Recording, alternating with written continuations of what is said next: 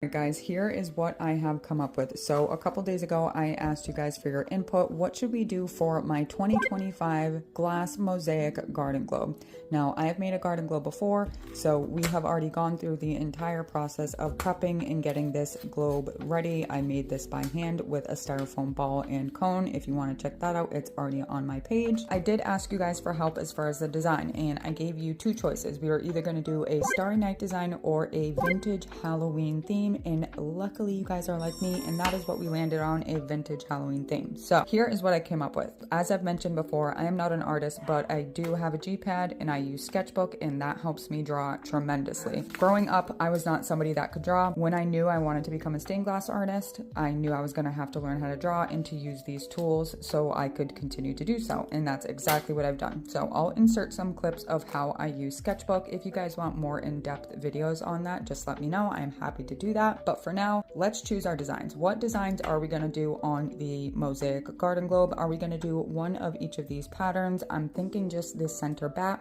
Or do we do a pumpkin on each side and then a couple of the other ones? So I'm gonna hold it up against the garden globe because sometimes that really does help visualize it, and you guys can let me know what you think. All right, like I said, you guys are gonna have to use some imagination here, but this helps me visualize. So we've got our little garden globe base under here. Do we do one of each of these designs on each face? So this will obviously be lifted up a little bit. So because it is a sphere, we cannot put it directly in the center of the garden globe, or it will be sitting a little bit lower. So we are going to raise it up quite a bit, but it's going to be essentially what looks like the center of the garden globe to the naked eye. Do we do a pumpkin on one side? We do this moon and a couple stars. Then I'm thinking for this side, the main bat will be this one, and maybe a smaller one up in the corner, or a star, I don't know. And for the last side, we have our little witch hat. I know it is hard to visualize, but it does help me just putting these things in front of the actual base. So the only thing I'm debating is doing multiple pumpkins because it is a Halloween piece. Do we do a pumpkin on the front and the back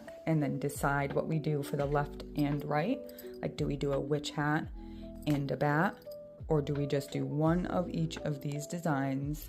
And I'm sorry for the mess, but I'm not one of those aesthetic artists. I'm not working in like this crazy workshop that has rainbows everywhere and plants, and yeah, no, I'm in an actual glass office. So this is what it looks like, and I film for a living. But I don't know, let me know what you guys think. Do we do two pumpkins, or do we do one of each of these designs and just send it?